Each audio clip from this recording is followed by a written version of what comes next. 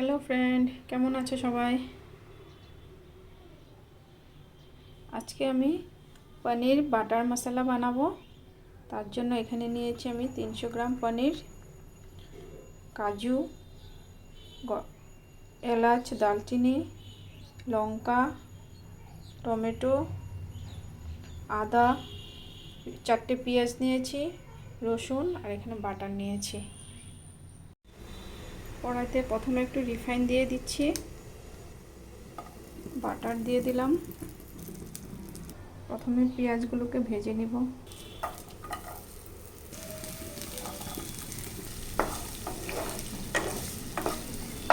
এখন কাজুগুলো দিয়ে দিচ্ছি।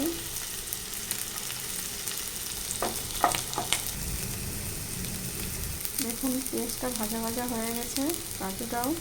এখন টমেটোটা দিয়ে দেব,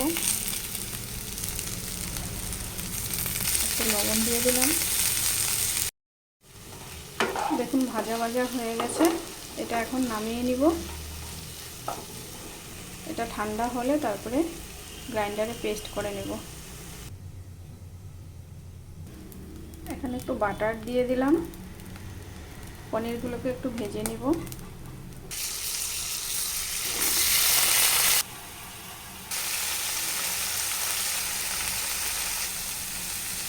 পনিরগুলো ভাজা হয়ে গেছে,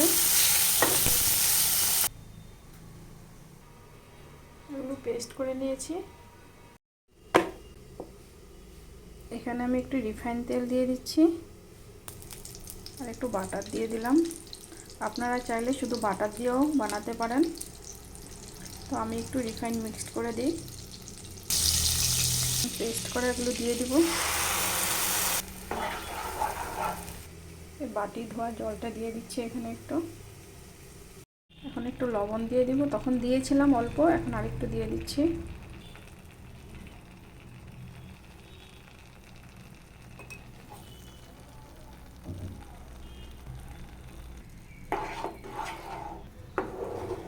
এটা 5 মিনিটের জন্য একটু ঢেকে রাখবো। এখানে একটু চিনি দিয়ে দিবেন, চিনি না দিলে এটা টেস্ট হয় না। দেখুন কত সুন্দর কালার হয়ে গেছে। এখন একটু জল দিয়ে দিব।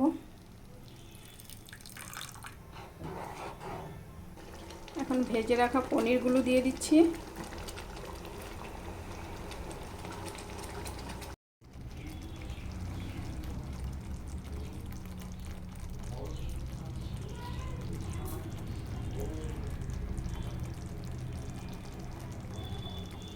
এখানে একটু বাটার দিয়ে নামিয়ে দেব।